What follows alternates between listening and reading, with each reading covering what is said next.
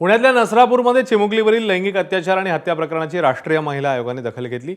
हे कृत्य केवळ घृणास्पद नाही तर बालकांच्या मूलभूत अधिकारांचं उल्लंघन असून समाजाच्या सुरक्षा यंत्रणेवर प्रश्नचिन्ह उपस्थित करतं असं महिला आयोगाने म्हटलं। या प्रकरणी राष्ट्रीय बालहक्क संरक्षण आयोगाने दखल घेऊन तपासावर देखरेख ठेवण्याचं आवाहन महिला आयोगाने केलंय। पीडित कुटुंबाला त्वरित आर्थिक सहाय्य आणि नुकसान भरपाई मिळावी, पॉक्सो कायद्याअंतर्गत दोषारोपपत्र दाखल व्हावं आणि फास्ट ट्रॅक कोर्टात जलद गतीने सुनावणी व्हावी असा आग्रह आयोगाने धरलाय।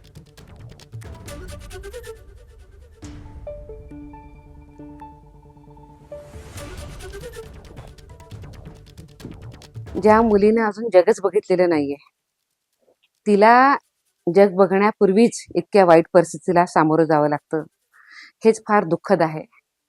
या सगळ्या विषयामध्ये राष्ट्रीय महिला आयोगानं पण ह्याच्याकडं लक्ष दिलेलं आहे आणि आम्ही ताबडतोबीनं जो राष्ट्रीय बाल आयोग आहे, आम्ही त्यांना याबद्दल आग्रहानं सांगितलेलं आहे की त्यांनी याची ताबडतोबीनं दखल घेतली पाहिजे आणि दखल घेऊन यासोबतच जो अत्याचारी माणूस आहे, तो आरोपी जो आहे, त्या आरोपीला फाशीची शिक्षा झाली पाहिजे अशा पद्धतीनं त्यांनी पावलं उचलायला हवीत।